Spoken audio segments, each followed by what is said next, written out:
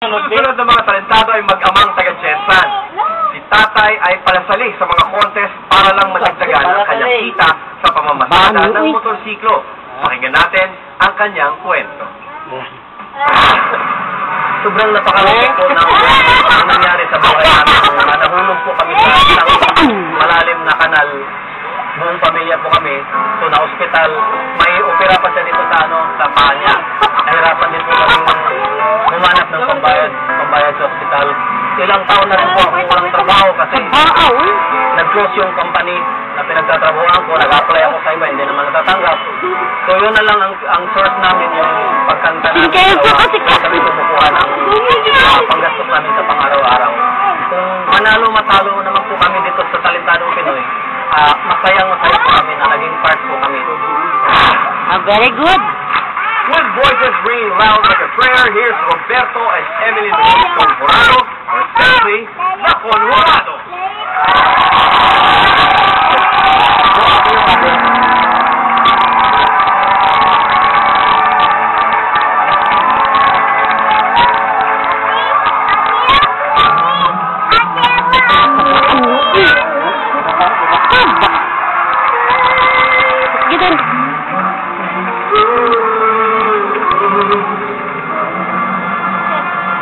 Bikin po ng bit-bibit ako.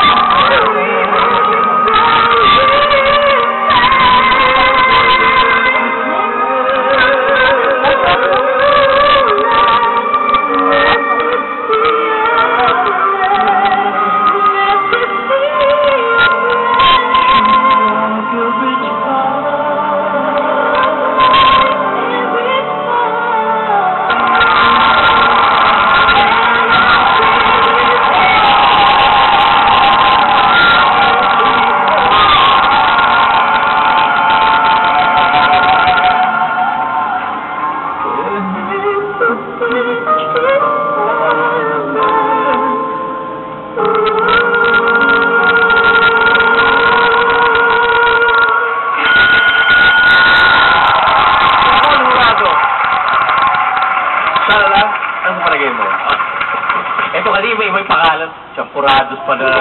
Conjurados. Hello. Hindi ko kasi champurado. Alam nyo, ang lambing, ang sarap pakinggan ng boses nyo. Para ako nasa heaven. Sa totoo lang, parang lumulutang ako ngayon sa ere dahil sa ganda ng boses nyo. At lalo na itong anak mo. Anong name mo, darling? Ilang taong ka na? 13 years old. Wow naman. Alam mo na 13 years old, ba't hindi ganyan ang boses mo?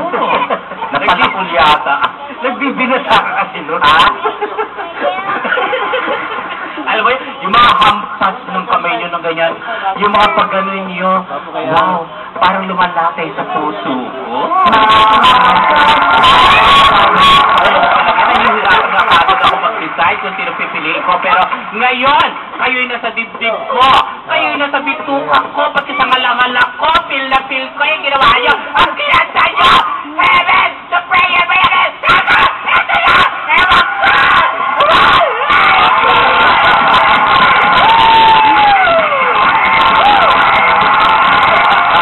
Thank you, Shalala. Ayan, Conjurado. Parang lagi may sunog pag nag-aalala siya. Parang abala ako dapat nag-aalala ako. Ganun. So anyway, ang ganda kasi pagbukas pa lang, nung nakaganyan, pamatay yun eh, nakaganyan, no? Hindi yung kamay. Parang painting. Oo, ganda. Maganda yung simula, no? Yun nga lang, mga kapatid, I want you to be not so literal. Yung kapag ka nag-project kayo ng lyrics, hindi kailangan bawat letra ay may kasamang galaw. Hindi kailangan ng bawat bira ng nota may kasamang projection. Sometimes, mas maganda kapag nakatayo lang kayo. Let your voices speak for itself. Kailangan yung kayo ang magdala sa talent ninyo, hindi yung pagbawas-iwas ng kamay. Kasi sayang, ang ganda ng boses ng Bagets, ang ganda rin ng boses mo, Kuya. Tapos, parang may element of love na dito tuloy ako, magtatay ba kayo? Oo, so dapat, ang imahe na pinakita ninyong klase ng pag-ibig ay hindi yung romantic love, yung pagmamahal ng tatay sa anak. Kasi parang she is too mature. Her outfit, her presentation, masyadong mature ang kanyang image. So dapat, you're 13, you should dress like you're 13. Pero alam mo, ang ganda ng boses po ninyo, sir. Wala po akong mako-complain. Salamat po. Mahusay, de kalidad, panalo ang piyesa. I like it. Congratulations.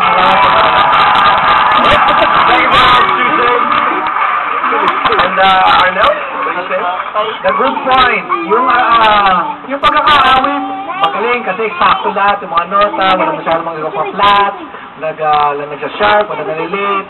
Kumbaga, kitang-kita na talagang parang tagal nyo na kinakanta yan, ano? Siguro nauna nyo pang kantahin niya kaysa doon sa original. Parang gano'n ang sa akin. Parang sinula talaga para sa kanila. Yung choreography na napakarami sa bawat isang salita, meron kilos. Kung umpisa nalilito ko, pero nung bandang uli, parang sadyang-sadya yung gawing ganun eh. When it brought, sabihin ka, malabang ka, ha? Malabang ka. Hindi mo sabihin. Malabang siya. Malabang. Judge ako, judge ako. Malabang. Kape muna. Makatulong sa'yo. Malabang siya. Malabang. Contentan siya. Wala lang. Dito, sabi mo.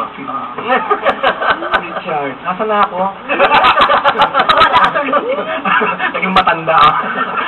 So, yun lang. Kasi, parang it took away the message from the song. Diba? Kasi parang may pumunta rito, may pumunta ron, tapos bumalik doon, tapos nanaligas na lang na gano'n. It was so much details. Kasi gano'n yung matad. Kaya parang nakakalito ko. Dapat tupi yung gamay. It was entertaining. Kahit hindi yung tunay na usahin ng kanta ang ayatin. Ayan, parang siya nakagalitan. Pero, sige, sa susunod mong pagro-roll nyo, ha? Oo. Ng Ursilio de Curia. Okay. Maraming salamat. Thank you, Richard. Sabihin ko, maraming magaling ngayong gabi na to, itong episode na to. Pinagdidilatan ko. Ngayon sa kanta. Dalawa na yung magaling at mahal kung darating. Ang maganda mo, I feel that this is going to be a very exciting night. Ang sa akin lang, try to make your movement a little simpler. Mas simple para sa kanta ninyo, mas sa tingin ko, mas maganda. Opo, sir.